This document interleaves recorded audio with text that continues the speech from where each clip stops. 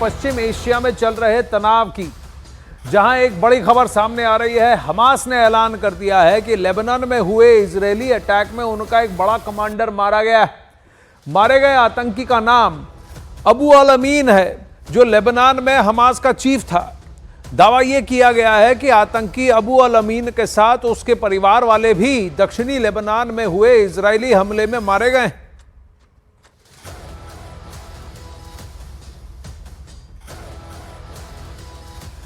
तो अब हमास का भी एक टॉप कमांडर मारा गया लेबनान के इन स्ट्राइक्स में, जहां पर इजराइल यानी इजरायली डिफेंस फोर्सेस IDF का टारगेट हिजबुल्लाह के टॉप कमांडर थे।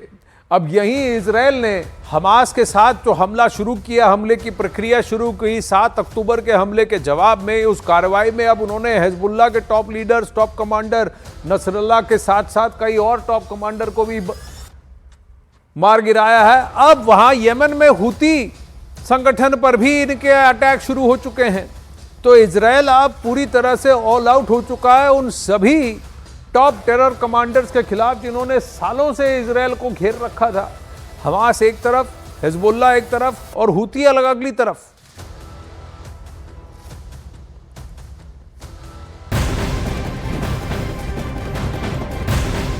और वहीं इजराइल के हमले में मारे गए हिजबुल्लाह चीफ हसन नसरल्लाह को आज दफन किया जा सकता है। सऊदी मीडिया के हवाले से यह खबर है कि जब नसरल्लाह को दफन किया जाएगा उसी वक्त उसके उत्तराधिकारी की औपचारिक घोषणा हो सकती है। यानी कि नसरल्लाह के हिजबुल्लाह की कमान कौन संभालेगा, इसका ऐलान होगा। अनौपचारिक तौर पर रिपोर्ट सामने आई है। यह दावा किया गया है कि नसरल्लाह के भाई हशम सैफी अल दीन को हिजबुल्लाह का नया चीफ बनाया जा सकता है। सैफी अल दीन नसरल्लाह और नईम कासिम के बाद के टॉप 3 नेताओं में शामिल हैं। इसके साथ ही वो हिजबुल्लाह के राजनीतिक मामलों की देखरेख भी करता है। वो हिजबुल्लाह का जिहाद परिषद का भी सदस्य है।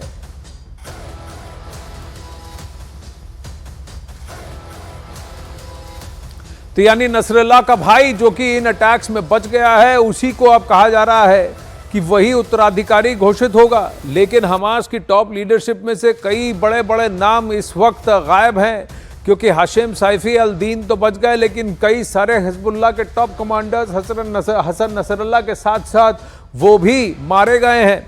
IDF का यह कहना है कि उन्होंने लगभग हिजबुल्लाह की सभी पूरी टॉप लीडरशिप को खत्म कर दिया है।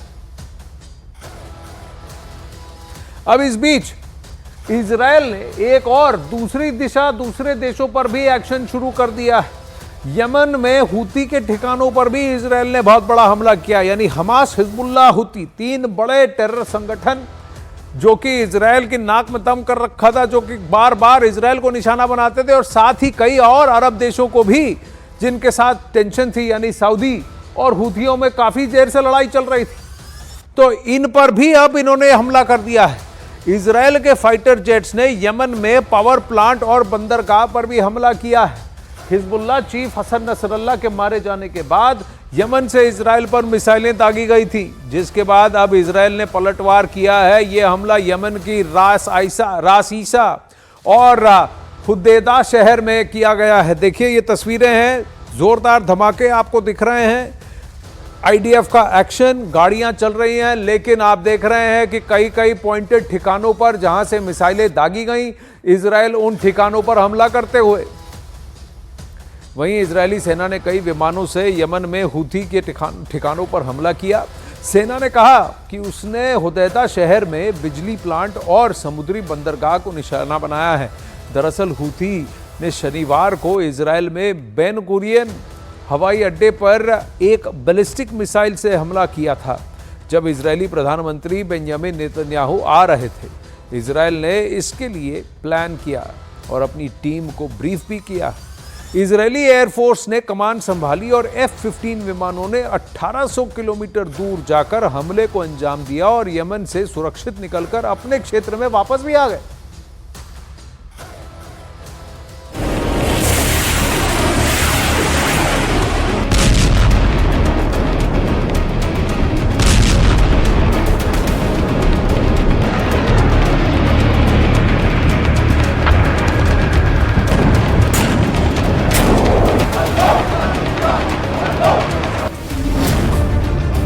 नए मिशन पर इजराइल की सेना।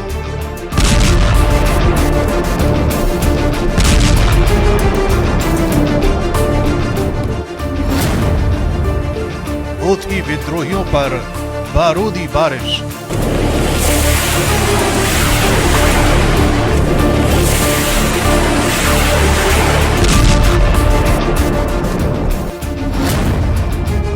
इजराइल डिफेंस फोर्स का नया टारगेट।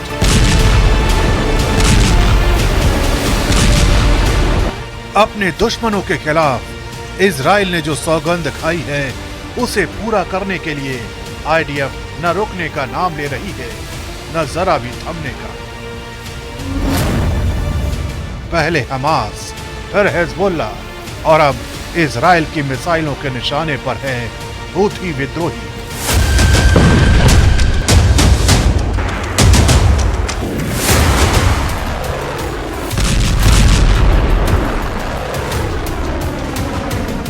जिनके ठिकानों को तबाह करने के लिए इजराइल की सेना के रॉकेट पश्चिमी यमन की तरफ कूच कर रहे हैं। ये हमले ऐसे वक्त में तेज किए गए हैं जब हसन नसरल्लाह की मौत के बाद ईरान की तरफ से इजराइल को डायरेक्ट वार्निंग जारी की गई। क्या होगा?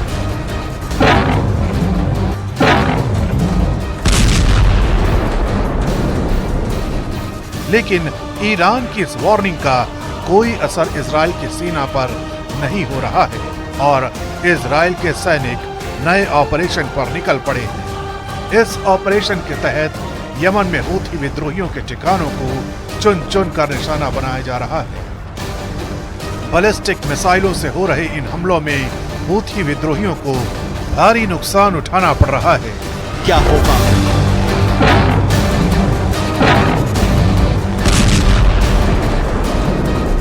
כל מי שפוגע, מנסה לפגוע באזרחי מדינת ישראל, נגיע אליו. זה הכי פשוט, ונעמיד כל ערכה שנצטרך עם כל יכולת שיש לנו, ויש לנו פה עוד יכולות רבות להעמיק, להרחיב את הפגיעה. इजराइल की वायुसेना यमन में हूथियों के बुनियादी ढांचों को तबाह करने में जुट गई है। टाइम्स ऑफ इजराइल की रिपोर्ट के मुताबिक यमन में इजराइल की सेना की तरफ से होदेईदाह बंदरगाह को टारगेट किया गया।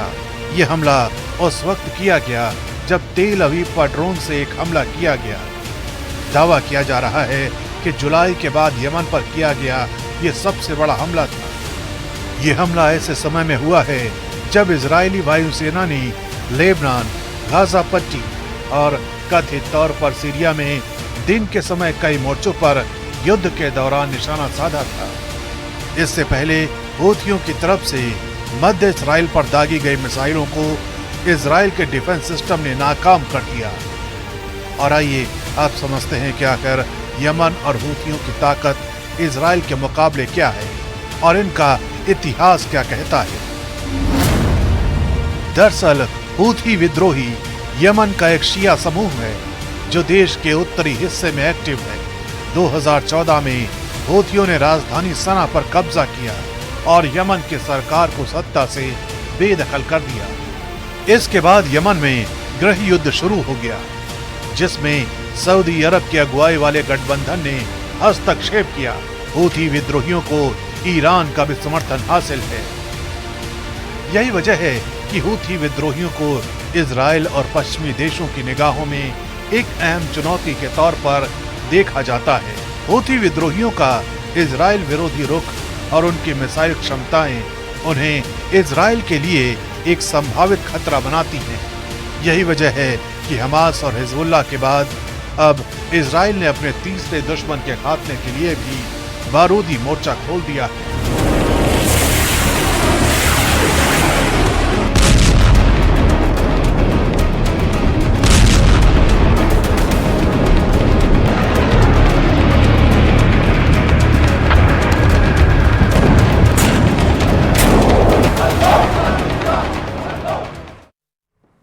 और वहीं हिजबुल्लाह के बाद अगला नंबर आया है हूथियों का। हूथी जिनका ठिकाना है यमन। हिजबुल्लाह के सफाए के बाद इजराइल ने हूथियों को टारगेट करना शुरू कर दिया है। हूथियों का शिकार इजराइल के लिए आसान नहीं है क्योंकि इजराइल और यमन की भौगोलिक स्थिति ऐसी है कि हूथी आसानी से शिकार नहीं बन सकते। हिजबुल्लाह को लेकर तो स्थिति ये थी कि लेबनान पड़ोस में है तो ज़्यादा टारगेटेड स्ट्राइक्स कर सकते हैं, टारगेट फिक्स करके निशाना बनाया जा सकता है। लेकिन यमन की सीमा तो इजराइल से 1800 किलोमीटर दूर है। दोनों देशों की सीमाएं आसपास में नहीं लगती हैं, बीच में लाल सागर भी है। लेकिन इजराइल को लेकर कहा जाता है कि दुनिया में उसके दुश्मन कितनी भी दूर क्यों ना हो, वो उन्हें चुन चुन कर मारता है और अगर ठान ली तो तैयारी करके घात लगा के फिर निशाना साधता है। यमन में इजराइल के फाइटर जेट गरजने शुरू हो चुके हैं। यमन में हूथियों के अड्डों पर, पावर प्लांट पर एयर स्ट्राइक की गई। उसके अलावा सी पोर्ट पर भी पिन पॉइंट हमले किए हैं इजराइल ने। और इजराइल के हमलों को देखकर ऐसा लग रहा है कि अब उसने हूथियों का काम तमाम करने का भी मन बना लिया है।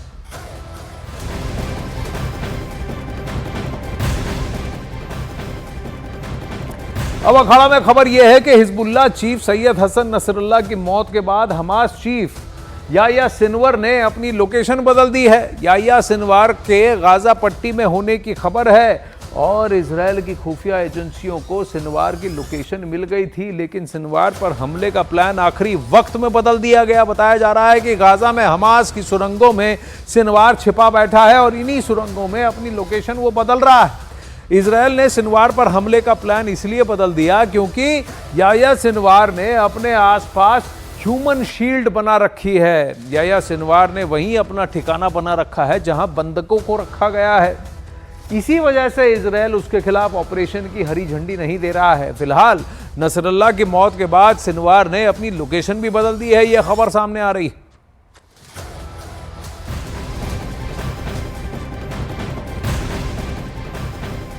अब वो तो खबर थी गाजा पट्टी से याह्या सिनवार की, लेकिन अब बड़ी खबर लेबनान से आ रही है। अल अरेबिया के हवाले से यह खबर सामने आई है कि हिजबुल्लाह के शूरा काउंसिल ने हसन नसरुल्लाह के भाई हाशिम सैफी अल दीन को हिजबुल्लाह का नया चीफ चुन लिया है।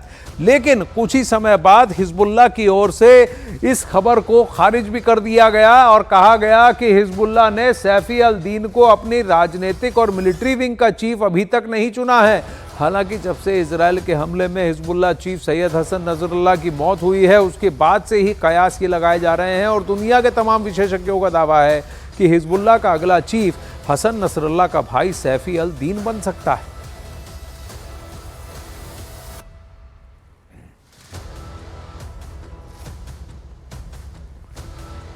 अब वहीं इजराइल खुद ये कह चुका है कि वो 7 वॉर फ्रंट के बीच अभी भी रह रहा है, यानी कि हमेशा 7 कम से कम ऐसे वॉर फ्रंट्स हैं जो उसके आसपास खुले हुए हैं और इन 7 वॉर फ्रंट के बीच उसके 4 दुश्मन हर वक्त उसके खून के प्यासे बने रहते हैं। इसमें पहला नाम इन वॉर फ्रंट्स में हमास का है जो कि गाजा पट्टी से ऑपरेट करता है। अब जिसके प्रमुख को इजराइल ने इसी साल जुलाई के महीने में सफाया कर दिया था। अब इसके बाद नंबर आया हिजबुल्लाह का, जिसके प्रमुख का भी इजराइल ने 27 सितंबर को सफाया कर दिया है। यमन में मौजूद हूती के खिलाफ इजराइल ने रविवार रात को एक्शन शुरू कर दिया है। और फिर सीरिया है, यहां पर ताबड़तोड़ गोली हूतियों को वहां पर यमन में बरसाए जा रहे हैं। और इसके अलावा सीरिया में मौजूद ईरान समर्थित मिलिशिया को भी इजराइल का एक बड़ा दुश्मन माना जाता है और इसकी भी बारी आने वाली है ऐसा कहा जा रहा है। ऐसे संकेत इजराइल की ओर से ही मिल रहे हैं।